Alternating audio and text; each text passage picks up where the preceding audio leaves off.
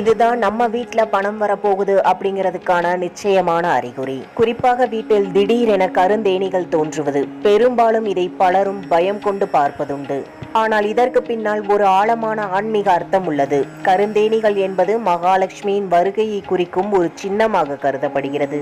எந்த ஒரு விஷயமும் மனிதர்கள் அறிவதற்கு முன்பே உயிரினங்களுக்கு உணரும் சக்தி உண்டு. ஆதலால் இது ஏன் நடக்கிறது? உங்கள் வீட்டில் உள்ள ஆழமான நல்ல அதிர்வுகள் தேனீக்களை ஈர்க்கின்றன. அது நம் வீடு புண்ணியமான இடமாக மாறியுள்ளது என்பதையும் அந்த வீட்டில் வசிப்பவர்கள் கடவுளின் பார்வையில் இருப்பதையும் குறிக்கிறது.